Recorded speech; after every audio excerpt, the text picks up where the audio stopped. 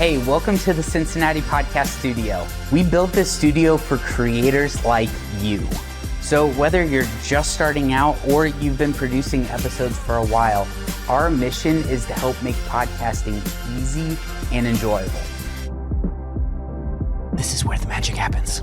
We've got the space, the equipment, a shower for some reason, and the production help you need so that you can focus on your content. Whether you're in studio or recording remotely, we'll make sure everything looks and sounds professional. Finally ready to start that podcast? Let's make something great. This is awesome. I'm glad we're doing this. This feels like too. This makes sense. Yep. Right? Yep. You've interned at a podcast studio, and so you get to do this. That's right. And like, what a great place for this to be my first ever podcast recording ever here at Cincinnati Podcast Studio. I love it. Yeah, Sweet. Super excited to be here. We want, really, the whole purpose of this is for people to get to know you, right? So like, as you enter into your senior year and as you like get ready to, for whatever's next, if you were to describe yourself in a few words, what would you say? Yeah. Well, I mean, in our conversation earlier, what really came to mind is my desire to be authentic and intentional about the content I create, knowing that it has an impact on other people. I run a video business. I've been doing that for the past 5 years. It's been great. I've, interned here over the summer and have like a few other creative endeavors that I do on the side. And really my goal again is to be intentional, to be authentic.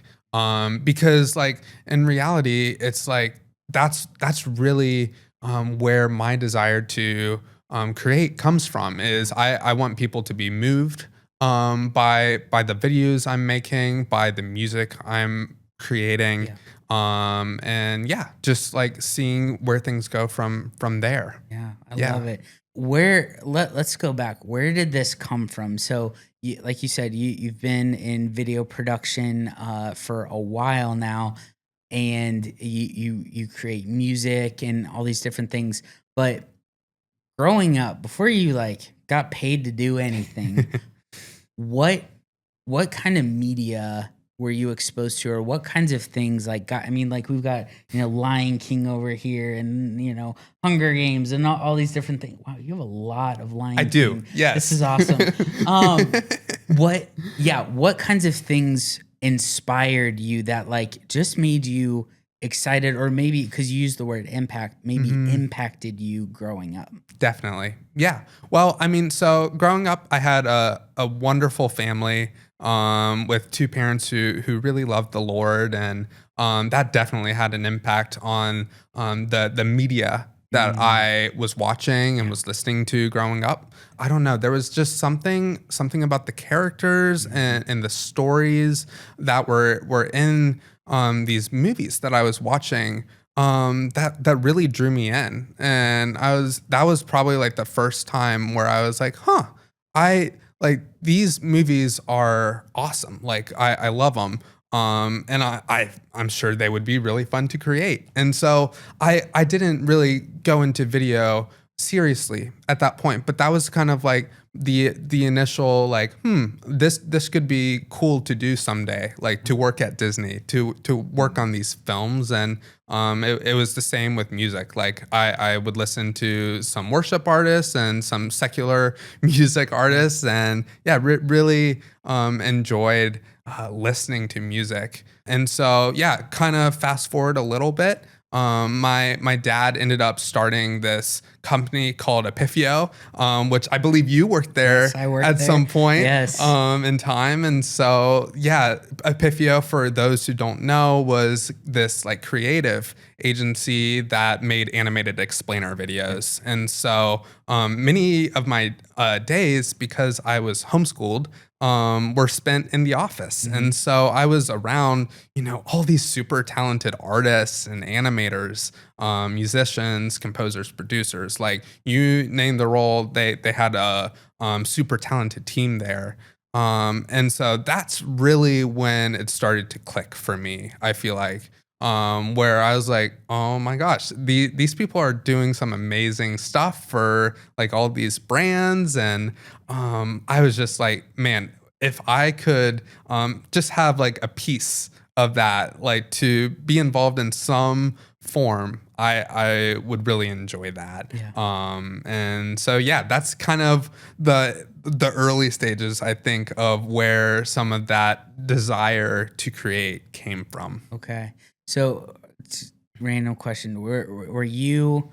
Because obviously, right now you do more of the live action stuff, right? Were you more drawn to the animation then, or was it like, no, I actually just love it all, or I love the live action pieces, or whatever?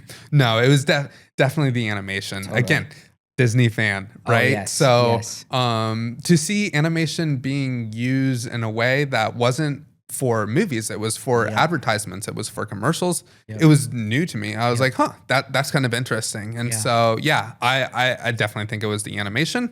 I will say, around the same time, I had started taking piano lessons with a good friend of our family. And yeah, I started learning how to play music. And so composing and being a producer in the music space, there were people at Epiphia who did that. Yeah. And so, yeah, that was another aspect that I was drawn to, That's I awesome. feel like. Okay. Yeah. When did you start actually? Because there's people like my daughter's taking piano lessons right now.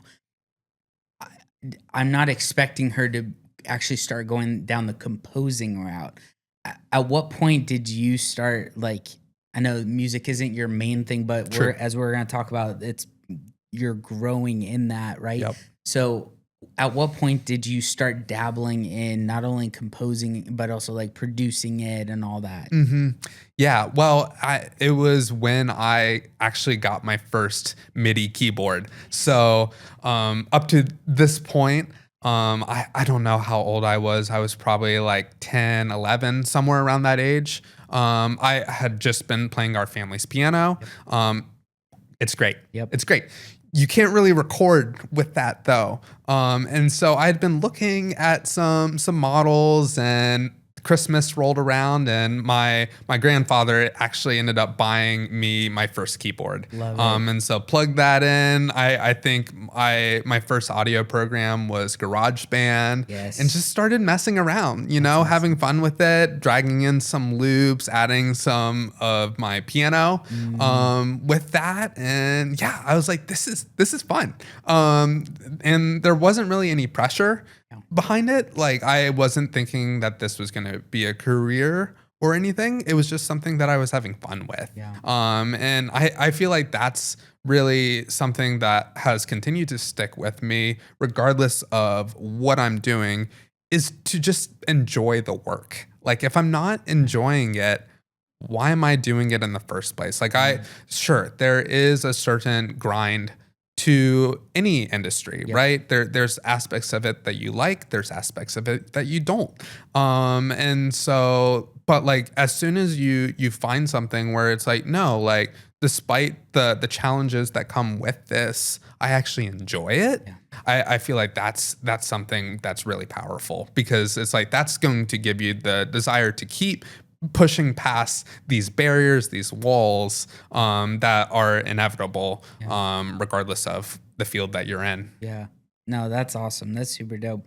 So tell me about starting your media company or video production company.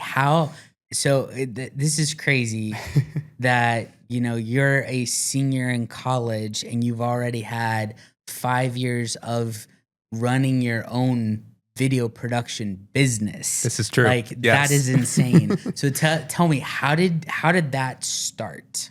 Yeah. Well, so I played around with the music stuff, right?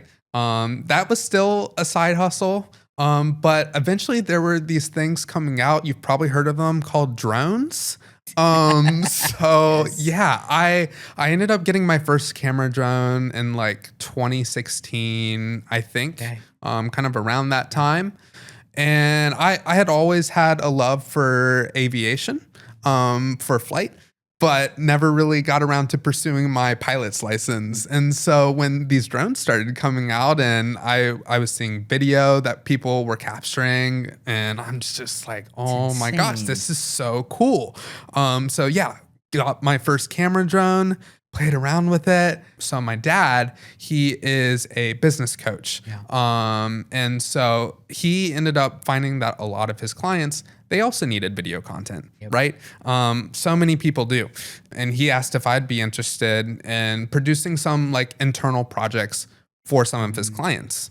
And I was like, why not? And my brother, he also had a little bit of an interest in video. And so we're just like, let's see where this goes. So ended up buying our first camera, bought a mic, lights, just like the bare minimum that we could afford. And yeah, filmed a few videos for one of my dad's clients. Wow. The client paid us.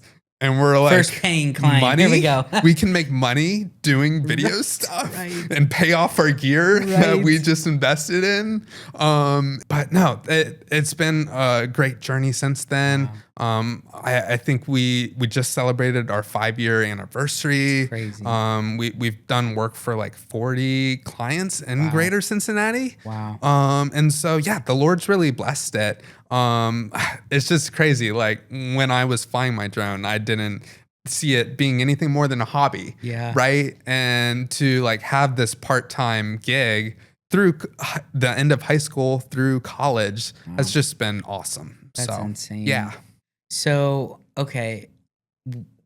With Perspective Media, what are some of the things you've learned with running your own company? So, I mean, starting out in high school, even so much as like you're also like working with your brother, a family member. Totally. What are some of the things you've learned about, the creative work, running a business, but even about yourself through that process? Yeah. I think what first and foremost comes to mind is the importance of having mentors. And this is something that I learned back when I was taking piano lessons, where to have any sort of success in a particular field, you need to have someone who's committed to you and who believes in you, so much so where you start to kind of almost have this self-fulfilling prophecy in a way where it's like you think you're going to succeed, so you succeed. And cool. So for, taking piano lessons, that was my piano teacher. For starting a business, it was my dad.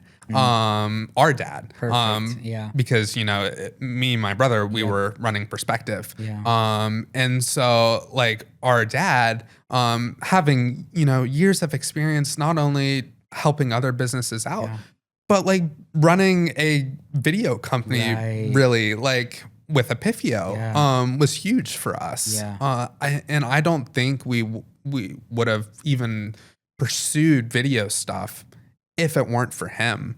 And so, having mentors who can walk alongside you, maybe win some of those early clients, was super helpful for us getting off the ground. And we've met a few other people in the business world. What I love about Cincinnati is I feel like the business world is so tight. Like everyone knows everyone. And so, we found a few more mentors along the way who were just such an encouragement to us. Because it's like, it's hard. A, to start a business. But B, to do it in high school. We're so young.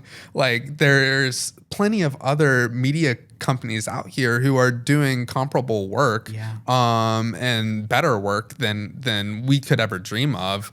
And so it's like the only way we were going to like make it work is if we had mentors. So I think that first and foremost was something that I learned with that. That's awesome. What do you feel like is a driving force? So being 5 years in a business, even if it's not full time, whatever, Sure. that's still significant because you're also in school. Yeah. So like, what has kept you going in this business for 5 years? I mean, that's impressive. So what has been some of the driving forces of like, yeah, we're gonna keep doing it this year? Totally. Yeah. Yeah. I think what it comes down to is, and I think I said this a little bit earlier, is my desire to have an impact on other people. And so I love creating things. Yeah. I really do. And for some people that's enough. Like to do good work and you're proud of it, great. Yep. But for me, it's not enough. Like I want there to be someone on the other side of whatever I'm creating where it has an impact on them. And I feel like the word impact, like people think big, right? They think like global change. They think you're curing cancer. And I'm more of like, no, you're impacting someone if like you released a song and they were having a bad day and your song made them feel better. Right. Like that's still having an impact. Regardless of the numbers. Right. And so yeah, I feel like that's really been what's kept me going. Because, you know, we do good work. But there are hard days and there are times where, you know, work has been slower for us, where we haven't gotten maybe as many video projects as we would have liked. But what kept me going was knowing that like 2 months ago, we did this video for a client and their business started blowing up after that. And so it's like, that's what kept me going. Was knowing that we weren't just like doing the video and shipping it to the client and that was that. It was actually bringing meaning and value to the people we were working with. I love that, man. So, okay, what's been one of the like tricky parts, some of the challenges, or even some of the like legit, like this was a total L, like not this did not work. What were some of those for you guys? Yeah. Well, forgetting to press record. Yes. Like, right. Amateur mistake. Never gonna happen But again. we've all done it. Don't judge him. That's right. That's right. Yes.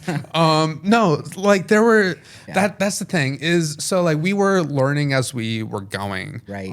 We weren't like we didn't have experience before we launched Perspective Media House. And so it's like every single client project was a learning experience. And so it's like some of those initial videos we did were not that great. Like the colors were washed out. We didn't record the content at all. And would have to schedule a reshoot, like all the things. Right. And so, so much of it was learning along the way. The other thing too, is that video stuff is expensive. Like it's an investment, but no, I feel like, those things were pretty easy to navigate. As far as some bigger challenges, I mean, Andrew and I, we are siblings, we're brothers. And somehow we're still roommates. Like I feel like since the day he was born, we've been roommates. And that's awesome. Like my brother is my best friend. But at the same time, running a business with a family member is hard. Like there are times where we'll have a decision to make and we'll be in disagreement. And learning how to navigate that is something that we've kind of had to learn along the way. And figuring out, you know, where do we draw the line with quality standards? Like, do we work 8 hours on this project? Do we work 4 hours on this project? And are the results that we're getting from working harder and investing more paying off or are they not? And so I think we both bring our unique perspectives Yeah. to the table. Yeah. And so we kind of balance each other out. But for a while it was, like figuring out like who makes the call on this project and who is going to be the point of contact that is going to be interacting with the client throughout the project. Yeah. These were some of the things that we, learned to navigate. Well, hey guys, I'm going to jump in for a second. I'm Brian Erickson. I'm the CEO of the Cincinnati Podcast Studio. And the reason I want to hop in is because I want to speak specifically to some of the people who might be watching this video. Clients. If you are a client of Matt's and Perspective Media House or whatever it is that he is doing, you are a lucky one. The thing that I wanted to say to you is that you will not get somebody who cares more about the outcome of your project than if you have Matt. And it's been very evident when he has worked here with us as an intern in our studio that he has been amazing at what he does. He cares deeply about it being amazing every single time. And he will deliver those results for you. So if you are searching across the Cincinnati sphere of video companies that exist, you should work with Perspective. You should work with Matt. He's amazing. There are certain people who you bring in and they are A players and they understand the vision, they understand the mission, and all you got to do is let them know a little bit about how your process works. That's Matt. He is not going to be the person that walks into the room and doesn't understand, needs training, needs to be developed, anything like that, like a classic college student wouldn't need to be. He is an A player from the get-go. And so the important thing that I just want you to understand is that we are deeply bummed that we have not hired him yet. So I hope that you never see this video personally. But if you do, know that this person, Matt, he stands above the rest, and you will see that when you interview him, and you will see that when he works for you, and you will see that when he defines the culture that is inside of your space, because he is an awesome, talented, happy, energetic guy, and I think you would be blessed to have him. Interestingly enough, even though I was the one that started with the camera initially, Andrew's definitely the director of photography. Yeah. So he loves to be the one with the gimbal, shooting the footage for the client. I enjoy it. Yeah. I do. But he has definitely had a few more reps at it than I have. Sure. And so he's usually the go-to guy for that. I'm usually during production, I'm the producer. So I will manage logistics. I will coordinate the shoots with the client, that sort of thing. When it comes to editing, I feel like we're both pretty balanced at this point as far as our ability to deliver good results. I enjoy editing more than he does. But I feel like we've learned that we both need to be at least proficient at any aspect within our video business because, we're both college students now, and we were in high school. And so like learning to navigate like, oh, I've got this assignment I need to work on. Can you edit this project for me? That's cool. That sort of thing. So like we can kind of bear each other's burdens in a way and share the load. But yeah, I think for me personally, I love being a producer. I love kind of overseeing everything. But then I also love, taking the footage that we captured and making a video out of it. I really enjoy that. Yeah.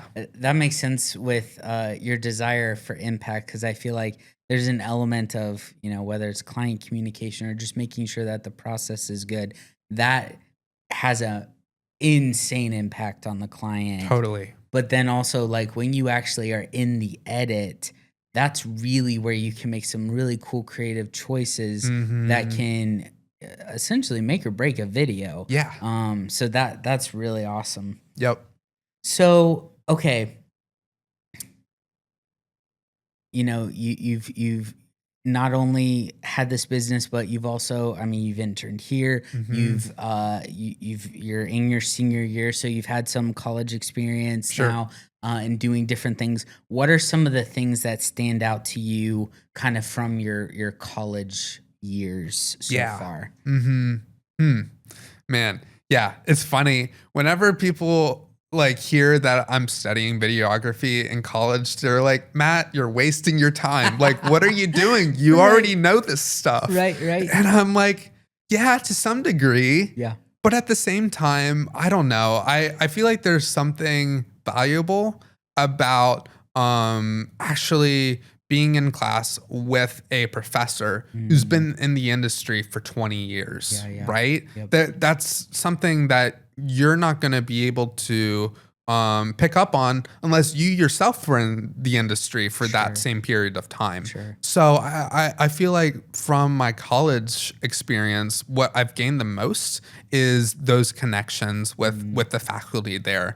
And at NKU and UC too, like the professors, they really care about their students, and they really care about their success in the industry. That's awesome. And so I've met with my professors outside of class even to like talk about what I'm doing with Perspective Media House and like trying to get their opinions on some things that I should do with that to continue to grow and to continue to improve in my craft. Because like, you know, I don't know. I feel like so many people, they study video for broadcasting or for film. Not a whole lot of people do corporate video. And so it was super encouraging to find professors who are like, no, like they did videos for P&G too. And so it's like to have some of their knowledge was really great. And so yeah, I'm honestly gonna miss like showing up to class each week, like because it's been such a great experience. Like the community that I found there with the faculty and the friends I've made with my peers who, you know, they're also in the video industry has been great. That's cool. Who's your favorite professor? I'm just kidding. Don't answer that. Because this will come out right? Yeah. What has been, just, you know, so you've interned here over the summer. What's been either something you've learned in practice, in principle, or just like something you've gotten to do that you really enjoyed, other than making our really dope intro or promo video for the studio? That's right. Yeah. No. First and foremost, this has been a great experience. Like going into the summer, work was a little bit lighter. And so I was like, I want to find some way where I can be productive, where I can be impacting people. And so, this internship has been awesome for that. Honestly, I feel like my biggest takeaway was the realization that I actually enjoy working for people. Yes, right. Maybe it's because I've been working for myself for so long. It's great. But I also hate selling. I hate cold sales. And so like that's just something that I've had to navigate as a business owner, as a freelancer to like learn how to win work. And so to be able to kind of show up, have a little bit of a 9 to 5 in a way each week has been awesome because I don't have to worry about like bringing in the work. You guys have the projects, right? And so I can just, you know, keep myself busy and really become more of, I think I've heard the term of a technician, where I'm just focused on my craft. I'm not focused on the business development side of things. No, that I feel like that's just that makes me happy that is something you've like kind of decided that like, oh man, this is the thing I enjoy. Totally. And because I feel like of anything, like that's the win for this summer, right? Yes. Yeah, because I feel like up to this point, I've just been like, Perspective Media House all the way. We'll continue to grow it. And I think we'll continue to bring in work with Perspective Media House. But like the jump to turn that into a full-time gig after I graduate, I just don't think that's feasible because of my personality. I excel when I can work with clients who I've done work with in the past, where it's more of a warm lead. It's very relational. I'm a highly relational person. And so, to be able to do more ongoing work, kind of like a partnership in a way, has been really great at Perspective Media House. It's when we've had to like go out and start talking to people that we haven't worked with, Yes. that's hard. Yeah. It doesn't come naturally to me. Yeah. And so I feel like if we were to scale Perspective Media House, we would need to hire on someone who excels at sales. Totally. Right? I love being in the video industry. And I think that's where I'm gonna be, at least for this next season of life. So. But like that clarity that I got of like, oh, I actually enjoy working for someone else was really eye opening for me, because it's like again, there's 100 other production companies in Cincinnati that are doing great work, right? Yep. And so like the fact that I could still feel purposeful working for someone like that versus like trying to do my own thing is really refreshing. Yeah. Yeah. No, I love it. I'm always like, how can we help people like realize and own their gifting and what they actually enjoy doing? Like when you have the option to choose to do what you enjoy doing, that's like the best blessing ever. So, Totally. Okay. So, you know, you've interned here. We've kind of talked a lot about different things. I'm curious, like looking beyond senior year graduation. What do you feel like is next for you? Just over the next year and 2 years, 3 years, whatever. Mm-hmm. What are the things you're wanting to do? What are the things you're wanting to really pursue? Mm-hmm. And I keep thinking about like, how are you wanting to make an impact? Like, you know what I mean? Yeah. Like, what are just some of the things? Obviously, you don't have a crystal ball. You can't like go into the future, but like, Totally. What's in your mind as of whatever date this is? Like, right now. Mm-hmm. Yeah. I think the more I think about it, the more I have a desire to become more independent. So, you know, I'm going to be 22 in a week or so. I need to like figure out what things look like to be on my own. And so first and foremost, I think it's about time to move out. So next spring, gonna be looking at getting a place with a friend of mine that I've been serving with in crew at NKU, and just like starting to figure out what it looks like to be on my own, to start paying for my bills, to do grocery shopping, to cook for myself, like things that my parents have lovingly done for me. And to really start to do some of that on my own. And so that's definitely something that I'm keeping in mind. The other thing too, I think, is figuring out what ministry looks like after I graduate. As I just said, I have been serving with Crew, which is a Christian organization on campus that does Bible studies and mission trips and conferences, and has just been like a really great way for me to not only find a community of believers during my time at university, but to also figure out what it looks like to be a leader. And so I've been leading a weekly Bible study since my sophomore year. That's awesome. That's been awesome.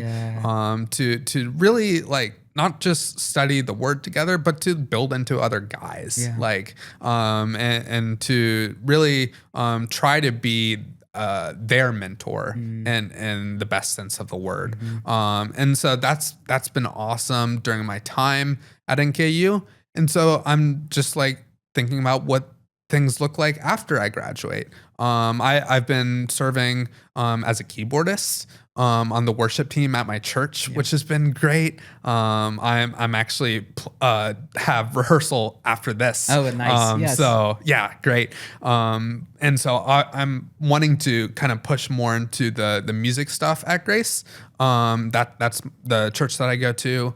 But then also to figure out maybe what it looks like to lead in some way, or maybe not. Like maybe this would be a great time to take a step back, where I'm more of a participant in a community group or something like that. But figuring out where my faith kind of falls into that as I think about what things look like after I graduate. I know Brian and I have really appreciated you. You've definitely been you've helped us in multiple ways through multiple meetings or just creating content and helping, again, welcoming in clients. So we've really appreciated you, and bummed this is the last day. I know. But Yeah. we'll see what happens in the future. Maybe we can make those sales that you don't like making, and we'll That's right. we'll hire you on later. But regardless, I'm excited to see kind of where the Lord takes you, and I think it's going to be awesome. So, Thanks, Josh. Yeah. Yeah. so all right, All right. that's it. I don't know what else we're gonna say, but Yeah. this guy's awesome. One of the biggest problems that you face when you're trying to create a podcast is the lack of time to make your podcast great. It takes hours of your time to plan, record, and edit, and then eventually post your content. Here at the Cincinnati Podcast Studio, we help brands and entrepreneurs build their own podcast with services from planning to posting. We've got you covered. So come to our studio located in downtown Cincinnati and let us help you plan your show, coach you on how to be a great host, record, edit, and post your show. If you're interested in starting your own show, check us out at CincinnatiPodcastStudio.com.